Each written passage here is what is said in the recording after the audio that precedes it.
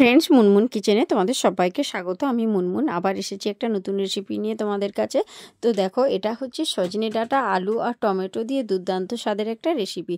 তো সজনে ডাঁটা কিন্তু খুবই উপকারী বন্ধুরা, তো একবার হলেও এই সজনে ডাঁটা রেসিপিটা ট্রাই করতে পারো। তো দেখো, প্রথমে সজনে ডাঁটাগুলোকে এইভাবে লম্বা লম্বা করে কেটেছি। এখানে নিয়ে নিয়েছি দুটো টমেটো, আর আলুকে দেখো বন্ধুরা এইভাবে সরু সরু লম্বা লম্বা করে কেটে নিয়েছি। এবার সমস্ত সবজিগুলোকে কিন্তু ধুয়ে আমি একটা পাত্রের মধ্যে রেখে দিয়েছি। এবারে দেখো, এই সজনে ডাঁটার তরকারিটা করার জন্য কি কি মশলা নিয়ে নিয়েছি। 1 চামচ জিরে, আর নিয়ে নিয়েছি দুটো কাঁচা লঙ্কা আর 1 চামচ সর্ষে। তো এখানে তোমরা পোস্তও অ্যাড করতে পারো, এবং নিয়ে নিলাম 2-4 টুকরো আদা। এটা দিয়ে একটা দেখো সুন্দর মিহি পেস্ট আমি মিক্সিতে বেটে নিয়েছি। তোমরা চাইলে শিলনোড়াতেও বেটে নিতে পারো। এবারে দেখো, গ্যাসের উপর আমি একটা কড়াই বসিয়ে দিয়েছি। তার মধ্যে দিয়ে দিলাম পরিমাণ মতো সর্ষের তেল। তো তোমরা চাইলে সর্ষের তেলেই কিন্তু রেসিপিটা করো, যেহেতু সজনে ডাঁটার তরকারি, তো সেখানে দেখবে সর্ষের তেলে কিন্তু একটা আলাদা মাত্রা আছে। তো ওই তেলের মধ্যে দেখো, আমি কেটে রাখা যে আলুগুলো প্রথমে আমি দিয়ে দেবো। তো সবজিটা কিন্তু যত ভালো কষা হবে বন্ধুরা, রেসিপিটা কিন্তু অতটাই সুন্দর হয়। তো তার জন্য প্রথমে আলুটাকে ভালো করে আগে কষে নিতে হবে।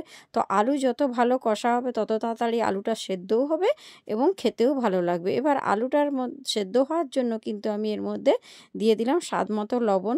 তো লবণ দিয়ে আবারও নেড়ে চেড়ে নিচ্ছি। দেখবে এতে কিন্তু আলুটা খুব তাড়াতাড়ি সেদ্ধ হয়ে যাবে এবং রেসিপিটা কিন্তু খুব সুন্দরও লাগবে। তো দেখো, এইভাবে নেড়ে চেড়ে নিয়েছে। আলুটা যখন একটু ভাজা হয়ে এলো, ওর মধ্যে দিয়ে দিলাম কেটে রাখা সজনে ডাঁটাগুলো। এবার সজনে ডাঁটা আর আলুটাকে কিন্তু ভালো করে একটু কষিয়ে নিতে হবে তেলের মধ্যে। তো লো টু মিডিয়াম ফ্লেমে রেখে কিন্তু এই সজনে ডাঁটা আর আলুটাকে একটু কষিয়ে নেবে, তাহলে দেখবে সুন্দরভাবে ভাজাও হয়ে যাবে। আর কিন্তু সজনে ডাঁটার একটা খুব উপকার রয়েছে। এই বসন্তকালে যদি সজনে ডাঁটা, সজনে ফুল এইসবের রেসিপি খাও, তো দেখবে শরীরে কিন্তু অনেকটাই উপকার আসবে। তো দেখো বন্ধুরা, তোমাদের সঙ্গে কথা বলতে বলতে আমার সজনে ডাঁটা আর আলুটা কিন্তু ভালো করে ভাজা হয়ে গিয়েছে। আবারও কিন্তু আমি একটু নেড়ে চেড়ে তোমাদেরকে দেখিয়ে দিচ্ছ। আলুটা কি সুন্দর একটু কালার এসে গিয়েছে, দেখে তোমরা বুঝতেই পারছো ভাজা ভাজা হয়ে গিয়েছে। এই পর্যায়ে কিন্তু এর মধ্যে আমি প্রথমেই দিয়ে দেব গুঁড়ো মশলা। তো গুঁড়ো মশলার মধ্যে প্রথমেই দিয়ে দিলাম 1/2 চামচ মতো হলুদ গুঁড়ো, তারপরে দিয়ে দিলাম লঙ্কার গুঁড়ো, তারপরে দিয়ে দিলাম ধনে গুঁড়ো। তো গুঁড়ো মশলাটা দিয়ে কিন্তু আমি সবজিগুলোকে তেলের মধ্যে একটু নেড়ে নিচ্ছি। তো গুঁড়ো মশলাটা প্রথমে এই কারণেই দিলাম বন্ধুরা, তার গুঁড়ো মশলাটার একটা যে গন্ধ থাকে সেটাও চলে যাবে এবং কিন্তু রেসিপিটা সুন্দর একটা কালার আসবে বন্ধুরা।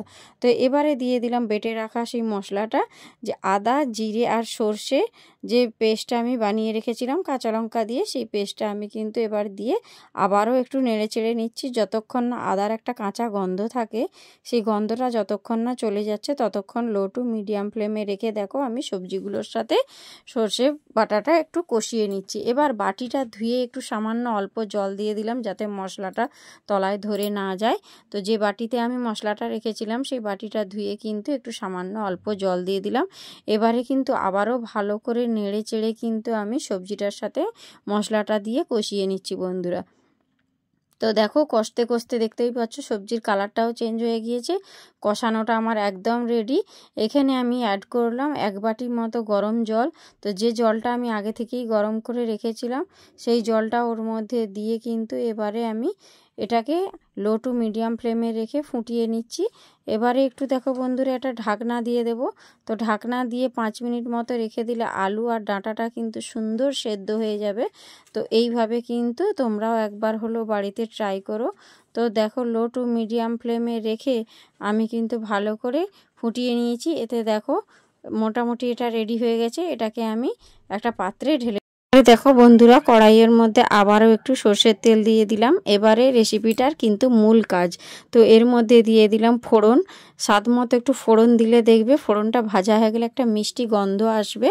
তো এবারে এর মধ্যে দিয়ে দেবো কুচো করে রাখা পেঁয়াজ। তো এইভাবে যদি তোমরা সজনে ডাঁটার তরকারিটা করো, দেখবে কিন্তু খেতে অসাধারণ লাগবে।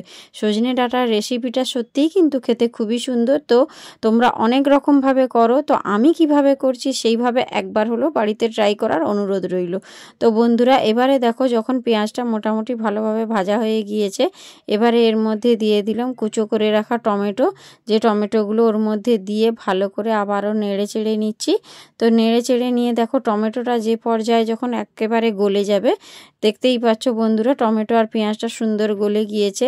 এবারে যে আমি তরকারিটা যে ঢেলে রেখে দিয়েছিলাম একটা পাত্রের মধ্যে, সজনে ডাঁটা আলুর তরকারিটা, সেই তরকারিটা এবারে একটু আমি এর মধ্যে ঢেলে দিয়ে মিনিট 2-3 মতো ফুটিয়ে নেব।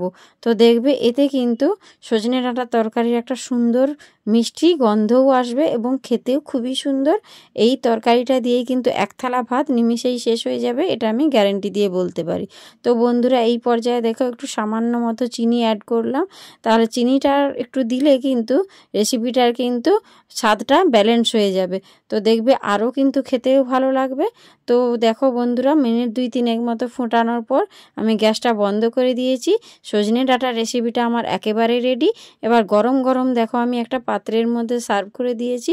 এবার শুধু খাবার পালা, পরিবেশন করার পালা। তো কেমন হয়েছে বন্ধুরা সজনে ডাঁটার রেসিপিটা আমাকে একটু লাইক কমেন্ট করে আমাকে জানিও। তো আজকের মতো আমি এখানেই শেষ করছি। Tata, bye bye.